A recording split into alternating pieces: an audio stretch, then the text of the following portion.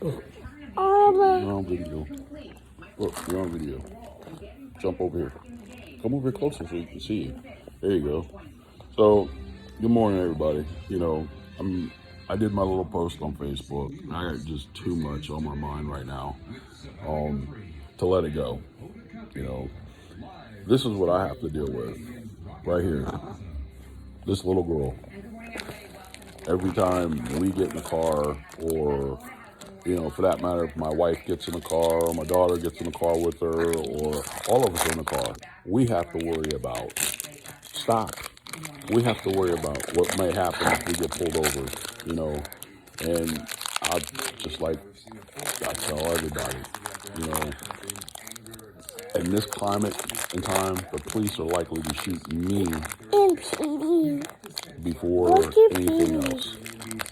Okay, and it's bad to say. And like I said, the white supremacists, the KKK, have turned in their uniforms for suits and ties and police officer uniforms or whatever. And it's not just them. It's both sides. About 25, 30 years ago, Farrakhan, which I can't stand because he's every bit about hate, did the Million Man March. What would happen if everybody, every nationality in this world got together and marched to D.C. for solidarity and peace? Something that you really would have to think about. That would be a history making a change, and it would show the world that we are willing to change. Not everybody would agree to it. Not everybody would want it. And of course, you're going to have those haters out there who would stop it, try to stop it. And, back when Martin Luther King did his march, there was only 3% of Caucasians that were part of that march. Now look at everybody today who's marching in peaceful protest. It's all nationalities that are doing it. We've come a long way, and we still have a long way to go. Like I said, I fear for myself. Every time I get in the car, my wife fears for us when we get in the car, knowing what happened to me, with Sunset Beach. What would have happened if I had my little girl in the car at 2 a.m. in the morning? And there's times where she goes with me because she's awake, and I take her out when I'm trying to get her to go back to sleep. What would have happened if I pulled up in that Circle K and that officer arrested me for a reckless driving, which was BS? What would have happened to her? Because he wasn't willing to let me get on my phone, call my wife.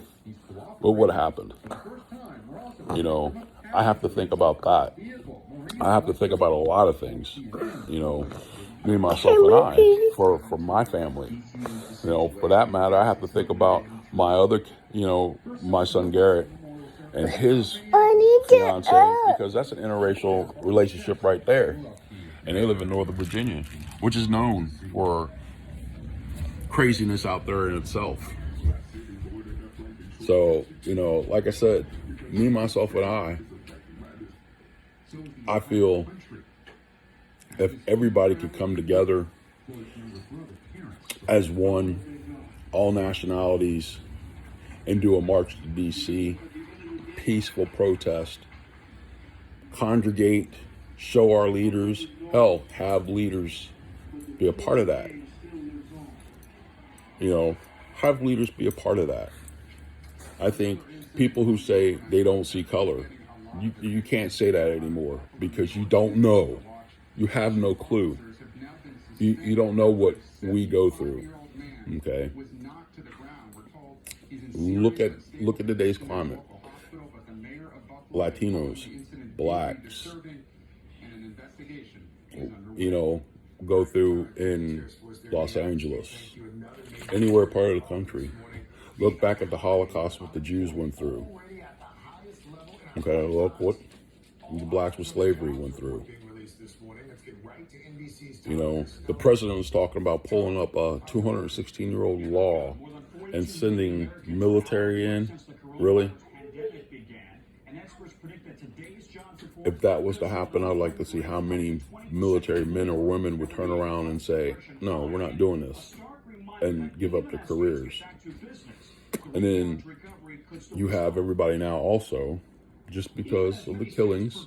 And like I said, I pray for George Floyd's family, the young man in Georgia's family. But now people are realizing why Colin Kaepernick did what he did. It's a little late. The man gave up his career because of this. And now people want to open their eyes to that. Okay. Even coaches in the NFL, executives in the NFL, but they're not willing to do anything at this point. Okay. But again, this is my thought. We need to have, as a nation, to show solidarity and march peacefully to Washington, D.C. and show the world, show the United States that it can be done. And for those old school who's got that mentality that blacks and whites, whatever, shouldn't be together, you need to get with the program, because it's happening in front of you. It's been happening for years, and it's not going to stop. So with that said, I'm done. I said what I had to say, but that's what I think needs to happen, 100%, and show the world what we are about here. God bless the families that have been involved with social injustice.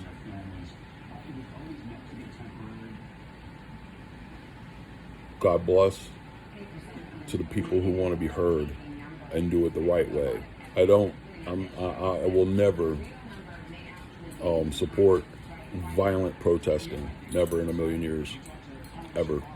Peaceful, yes. That's why, if you notice on my post, when I post something, I put peace and love. I grew up in the 70s. I remember John Lennon, and he said, give peace a chance. And that's what we need to do. Give peace a chance. Leaders, you need to stop.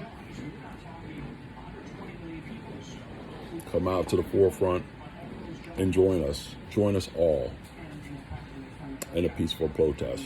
Take a knee. Stand in solidarity with everybody. So with that said, from Sunset Beach, North Carolina, sitting in my home, getting ready for a meeting, y'all have a good day. Peace. And if anybody wants to hit me up, asking me to try to form something up, I'll be more than welcome to help you. So, all right. Have a good day.